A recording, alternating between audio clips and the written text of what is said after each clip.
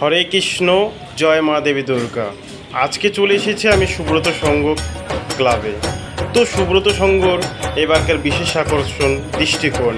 তো আপনাদের নজর কেমন সেটা এখানে গেলেই বোঝা যাবে। প্রথমে আপনারা দেখবেন বিগ্রহগুলি এবং মূর্তিগুলি এক একটি আজব বানানো রয়েছে। কোনোটা তো গিরগিট্টি, কোনোটা ব্যাঙ, কোনোটা পাখি, কোনোটা বাঘ, কোনোটা সিংহ, কোনোটা অনেক রকম বানানো রয়েছে। কিন্তু যখন ওগুলোকে দেখবেন ভালো করে, তখন দেখতে পারবেন ওগুলো মানুষ, অর্থাৎ মানুষ স্ট্যাচু হয়েছে জিনিসগুলোকে প্রদর্শন করছে। তো ভালো করে দেখেন একবার আপনাদের দৃষ্টিকোণ কেমন। তো সুব্রত সংঘ দেওয়া বিশেষ আকর্ষণ দৃষ্টিকোণ। এখন আপনারা দেখতেছেন টিয়ে পাখি, কিন্তু এটা মানুষ দিয়ে বানানো। এই যে গিরগিটিটা দেখতে পাচ্ছেন, এখানে দুটো মানুষ রয়েছে, দুটো মেয়ে বা ছেলে। এই যে এটা হচ্ছে মাশরুম। আর দেখুন খুব সুন্দর সজ্জা, এবার প্যান্ডেল খুব সুন্দর সাজিয়েছে। তো আসুন সবাই দেখে যান, সপরিবারে অবশ্যই আসবেন সুব্রত সংঘ ক্লাবে।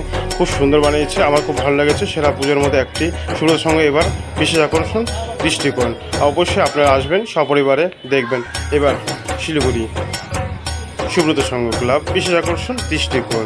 চলে আসুন সকলে মিলে। তারপর